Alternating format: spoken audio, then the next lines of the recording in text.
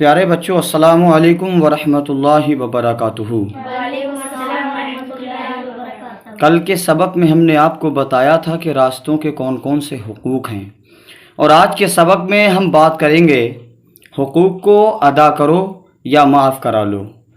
سیدھا مفہوم بتایا ہے کہ اگر کسی کا تمہارے اوپر حق ہے یا تم پر کسی کا حق ہے تو یا تو حق کو ادا کر دو، اور ادا نہ کر سکو تو پھر اس کو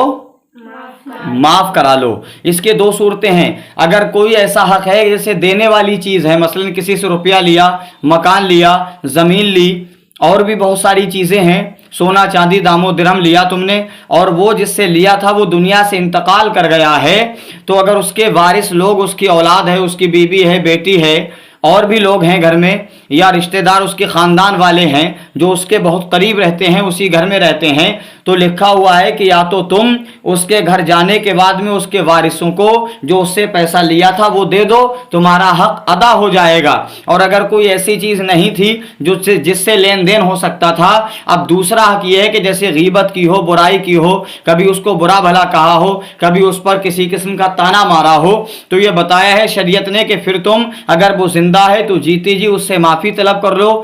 اس کے آگے گڑ گڑاؤ کہ تم اس کو معاف کر دے، میں نے تیرے ساتھ ایسا ظلم و ستم کیا تھا، میں نے تیرے ساتھ ایسی غیبت کی تھی، میں نے تیری چگلی کی تھی، یا میں نے تجھ کو گالیاں دی تھیں، جس قسم کے بھی خلفشار و خرافات تم لوگوں نے کیا ہو یا ہم نے کیا ہو یا اور بھی لوگوں نے کیا ہو، تو چاہیے کہ وہ اس کے یہاں جائیں، جانے کے بعد میں اس سے معافی و تلافی کرا لیں، یہ حق معاف ہو جائے گا۔ اور اگر لکھا ہے کہ جس کا حق ہم اور آپ نہیں دے پائے اور وہ دنیا سے چلا گیا، کوئی اس کا وارث بھی موجود نہیں ہے، کوئی گھر میں دوسرا رہنے والا بھی نہیں ہے، تو بتایا ہے شریعت مصطفیٰ صلی اللہ تعالیٰ علیہ وآلہ وسلم نے کہ پھر ان کے لیے اللہ رب العزت سے مغفرت کی دعائیں کرو، اللہ تعالیٰ تمہاری دعاؤں کے صدقے میں میدان محشر میں ان صاحبان کو، یعنی جس کی تم نے غیبت کی یا جس کا تم پر مال ہے، ان صاحبان کو میدان محشر میں عزت عطا فرمائے گا، اور اجر و ثواب دینے کے بعد اللہ تعالیٰ تم سے راضی ہو جائے گا، تم سے اتنا خوش ہو جائے گا کہ میرا مولا وحدہ لا شریک ان کو، یعنی کہ دعا کرنے کے دینے کے لیے، ان کے حق میں ہاتھ اٹھانے کے لیے بدلے میں اللہ تعالیٰ تمہیں اتنا مرتبہ عطا فرمائے گا کہ اللہ تعالیٰ تمہاری بھی مغفرت فرما دے گا۔ یہ حق کو ادا کرانے کا مسئلہ ہے۔ اور آگے لکھا ہے اگر تمہارے کوئی حق دوسروں پر ہو اور اس حق کے ملنے کی امید ہو تو نرمی کے ساتھ تقاضا کرتے رہو، اور اگر وہ شخص مر گیا ہو تو بہتر یہی ہے کہ تم اپنے حق کو معاف کر دو، انشاءاللہ تعالی قیامت کے دن اس کے بدلے میں بہت بڑا اور بہت زیادہ اجر و ثواب ملے گا۔ عام طور پر لوگ بندوں کے حقوق ادا کرنے کی کوئی اہمیت نہیں سمجھتے، حالانکہ بندوں کے حقوق کا معاملہ بہت ہی اہم، نہایت ہی سنگین اور بے حد خوفناک ہے، بلکہ ایک حیثیت سے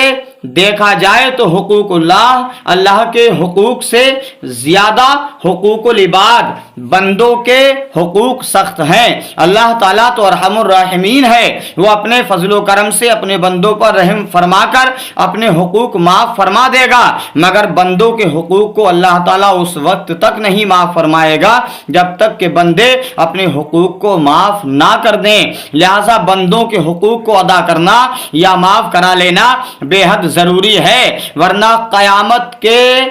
دن ہمیں اور آپ کو یہ معلوم پڑے گا کہ ہم نے دنیا میں جس کی غیبت کی تھی، جس کا حق ہم پر رہ گیا تھا، اس دن ہمیں یہ پتہ لگے گا کہ اس حق کی اہمیت کیا تھی۔ تو آئیے دعا کریں اللہ تعالی ہم تمام کو غیبتوں سے بچنے کی توفیق عطا فرمائے، اللہ تعالی ہم تمام کے علم میں اضافہ عطا فرمائے، پروردگار عالم ہم تمام کو زیادہ سے زیادہ اپنے حق ادا کرنے کی توفیق عطا فرمائے۔ کل میں آپ کے سامنے پھر اسی کے متعلق ایک حدیث رسول صلی اللہ علیہ وسلم حاضر